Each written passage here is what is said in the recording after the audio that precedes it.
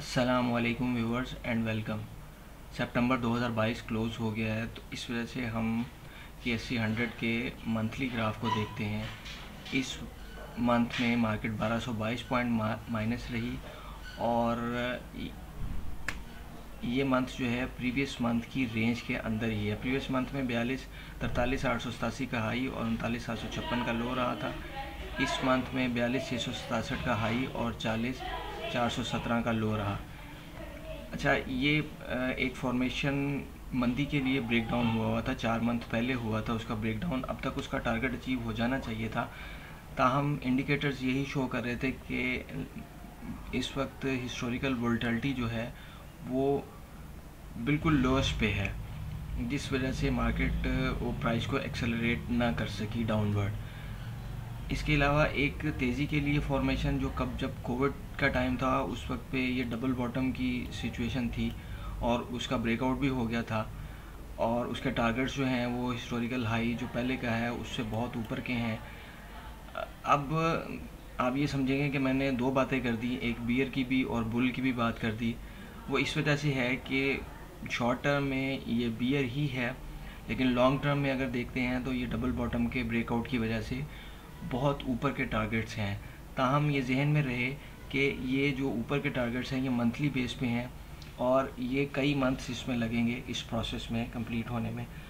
लेकिन सरेदस्त जो है वो बात बियर की जानिब वज़न ज़्यादा है, क्योंकि इकोनॉमी की कंडीशन इस वक्त ख़राब है, रिजर्व्स भी बहुत कम है, पॉलिटिकल नॉइज़ भी बहुत ज़्यादा है। नेक्स्ट ईयर इलेक्शन का भी टाइम आ जाएगा और ऑडियो लीक्स की वजह से जो है पॉलिटिकल नॉइज़ पहले ही बहुत ज़्यादा थी, वो और बढ़ गई है। वीकली बेस पे हम देखते हैं तो 5 वीक्स जो है माइनस मार्केट रहने के बाद अल्टीमेटली 508 पॉइंट प्लस रही। 19 अगस्त का जो मंथ था, उस वीक था, उसमें मार्केट प्लस थी। उसके बाद से कंटिन्यूसली 5 वीक्स माइनस रहने के बाद प्लस।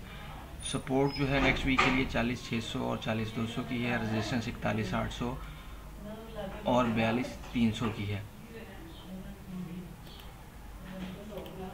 KSE 100 के डेली ग्राफ को जब हम देखते हैं तो इसमें मैं कॉन्टीन्यूसली ये बात कर रहा था कि ये सप्लाई लाइन थी। इन दो ट्रेंड लाइंस को जब हम एक्सटेंड करते हैं मिला के, इन दो पॉइंट्स को, इस पॉइंट को और 42,987 के हाई को जब एक्सटेंड करते हैं तो ये सप्लाई लाइन थी।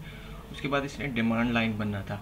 ये प्राइस थोड़ी सी नीचे चली गई, ये मोमेंटम होता है जिसकी वजह से जो प्राइस में ऑलरेडी मोमेंटम होता है उस वजह से प्राइस सम टाइम उससे आगे भी चली जाती है। फ्राइडे को प्राइस जो है गैप ओपन हुई और कॉन्टीन्यूसली प्लस होती रही सारा दिन और 114 पॉइंट प्लस रही।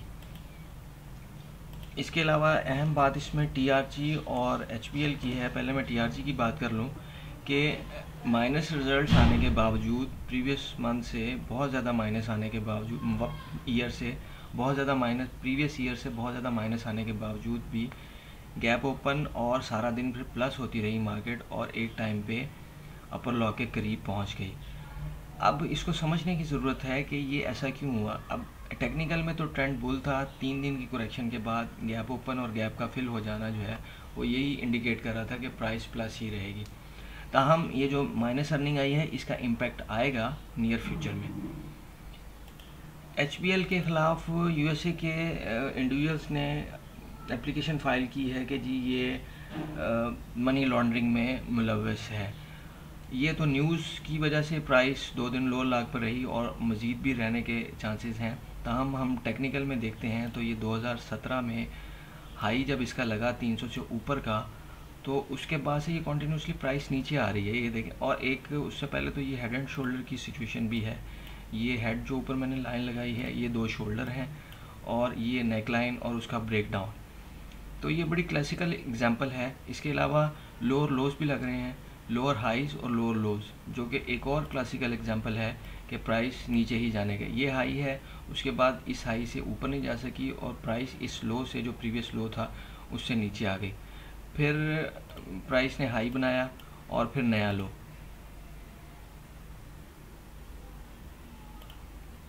ये नया लो और अभी जो है वो प्राइस नीचे की तरफ, ये एडजस्टेड प्राइस में 2009 में की प्राइस की तरफ हो सकता है चला जाए। ताहम